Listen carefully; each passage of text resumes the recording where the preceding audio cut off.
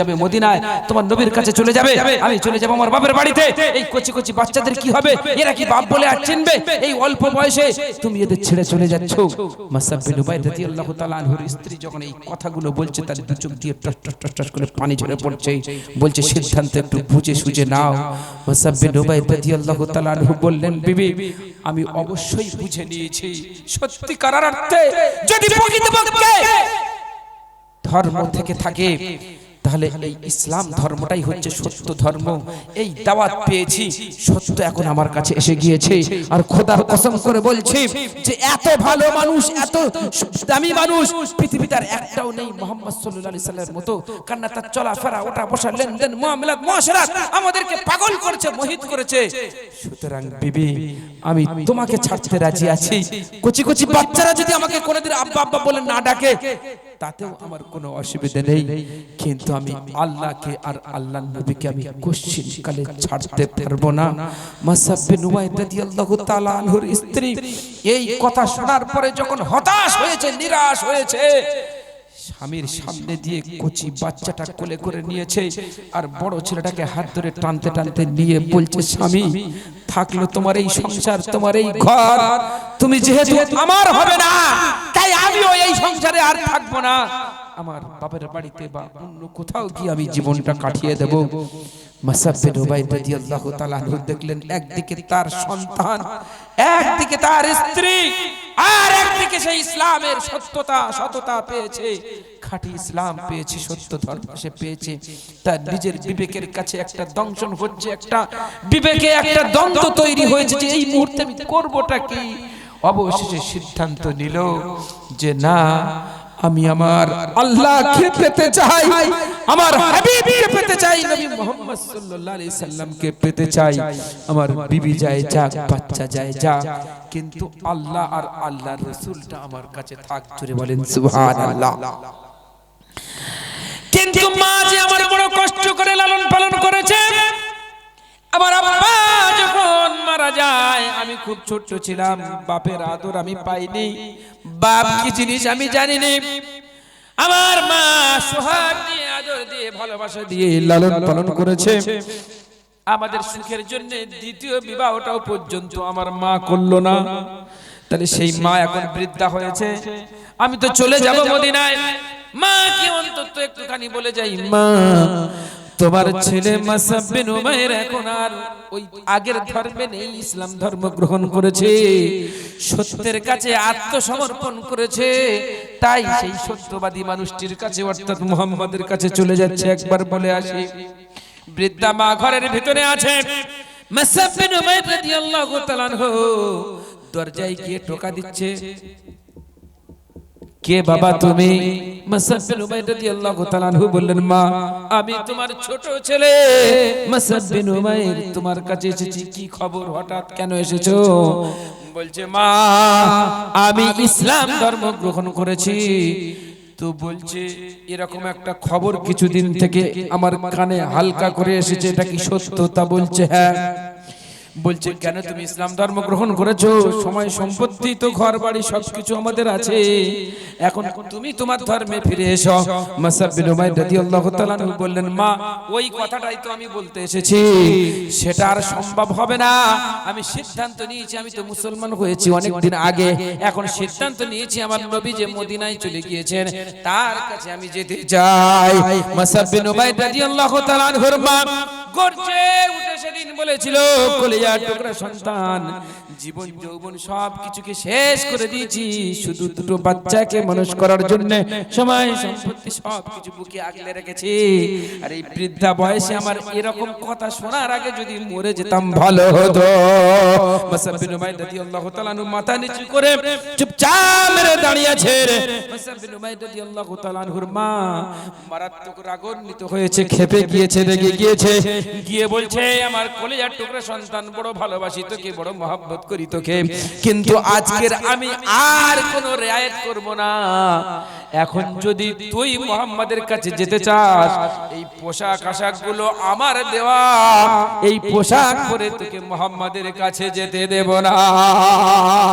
মুসাব বিন উমাইর রাদিয়াল্লাহু তাআলা আনহু মাথা নিচু করে চুপচাপ মেরে দাঁড়িয়ে আছেন। মা বলছে, সন্তান, আমার ছোট ছেলে মুসাব বিন উমাইর, যদি মুহাম্মাদের কাছে যেতে চাস পোশাক খুলে দে, সিদ্ধান্ত কর। যদি তুই থেকে যাস তাহলে তোর কোনো সমস্যা নেই, কিন্তু যদি চলে যাস তাহলে পোশাক আশাক করে দিয়ে যেতে হবে। মুসাব বিন উমাইর রাদিয়াল্লাহু তাআলা আনহু সিদ্ধান্ত করলেন যে না, আমি থাকবো না, চলে যাব, আমি বিশ্ব নবীর কাছে চলে যাব। ইসলাম নিয়ে বাঁচতে চাই, আমি অন্যায়ের সঙ্গে আপোষ করতে পারবো না। মা বলছে, তাহলে পাগড়ি খুলে দাও। মাথার পাগড়ি খুলে দিয়েছে, বলছে যেতে হবে না, গায়ের জামাটাও পর্যন্ত তুমি দিয়ে দাও। ওই জুব্বাটা যখন খুলে দিয়েছে, বলতে যেতে হবে না, এই পরনের পোশাকটাও পর্যন্ত তুমি দিয়ে দাও। মুসাব বিন উমাইর রাদিয়াল্লাহু তাআলা আনহু ডুকরে কেঁদে সেদিন বলেছিল, মা তুমি মা না অন্য কিছু, মা তুমি এরকম কথা কি করে বলতে পারলে? আমি একজন যুবক ছেলে, জওয়ান ছেলে, এই রকম কথা তুমি কিভাবে বলতে পারলে? মা ঘরের ভিতর দিয়ে ডুকরে ডুকরে কাঁদছে আর বলছে, কলিজার টুকরা সন্তান, কোন মা কেন কোন শত্রু এইভাবে একজন যুবক ছেলেকে বলতে পারে না, কিন্তু আমি কেন বলছি তুই কি এখনো পর্যন্ত বুঝতে পারছিস না? আমার যন্ত্র যে জ্বলন আছে, যে জ্বালা আছে, যে কষ্ট আছে, আমি সেই জন্য তোকে বলছি, যাতে করে তুই তোর ধর্মে ফিরে আসিস। মুসাব বিন উমাইর রাদিয়াল্লাহু তাআলা আনহু সেদিন কাঁদতে কাঁদতে বলেছিলেন, মা পোশাক তো আমি দিয়ে দিতে পারি, তাতে রাজি আছি, কিন্তু আমি কোনোদিন ঈমানটা দিতে পারি না। সুবহানাল্লাহি ওয়া বিহামদিহি। আমার বাপজিরা শোনাচ্ছেন বন্ধুরা, মুসাব বিন উমাইর রাদিয়াল্লাহু তাআলা আনহু পরনের পোশাকটা দিয়ে দেবেন, এদিক ওদিক তাকিয়ে বারান্দায় দেখলেন একটা মোটা ফাটা কম্বল একটু ছেঁড়া। মাকে বলছে, মা পোশাক তো আমি তোমাকে দিয়ে দেবো, কিন্তু লজ্জাস্থানটা ঢেকে যাতে আমি আমার হাবিবের কাছে যেতে পারি, বিশ্ব নবীর কাছে যেতে পারি, ওই পোশাকটা নিতে পারি কি আমি? ওই মোটা ফাটা কম্বলটা, ছেঁড়া কম্বলটা কি আমি নিতে পারি?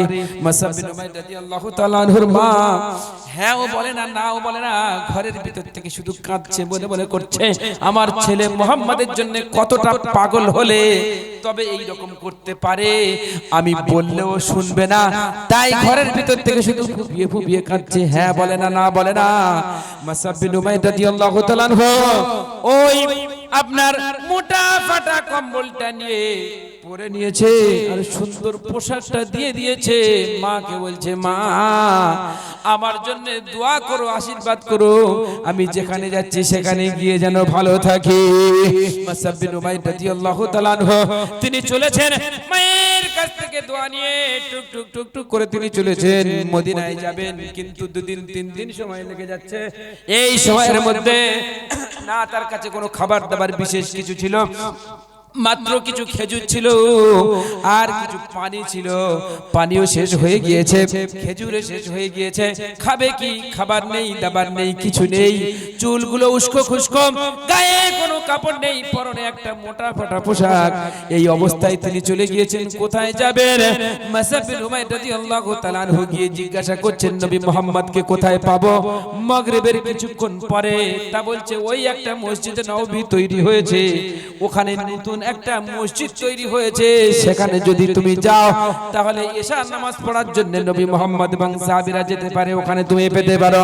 মুসাব বিন উমাইর রাদিয়াল্লাহু তাআলা আনহু তিনি যেহেতু ওই মসজিদের ভিতরে প্রবেশ করবে, এখনকার মসজিদগুলো যেমন সুন্দর হয়েছে, ঝাড়বাতির ব্যবস্থা হয়েছে, শ্বেত পাথরের ব্যবস্থা হয়েছে, তখন তো মহানবী সাল্লাল্লাহু আলাইহি সাল্লামের মসজিদ, সাহাবীদের তো খাওয়া হয় না, একদম প্রথম যুগে কি করবে? ওই খেজুর পাতার ডাল আর ওই সমস্ত পাতা নাতা দিয়ে মসজিদে নববী তৈরি হয়েছে, খেজুর গাছের খুঁটি দিয়ে মসজিদ তৈরি হয়েছে। এরকম পরিস্থিতি, ভিতরে তো অন্ধকার, একটা লাঠি দিয়ে টেক দিয়ে দিয়ে ভিতরে প্রবেশ করেছে।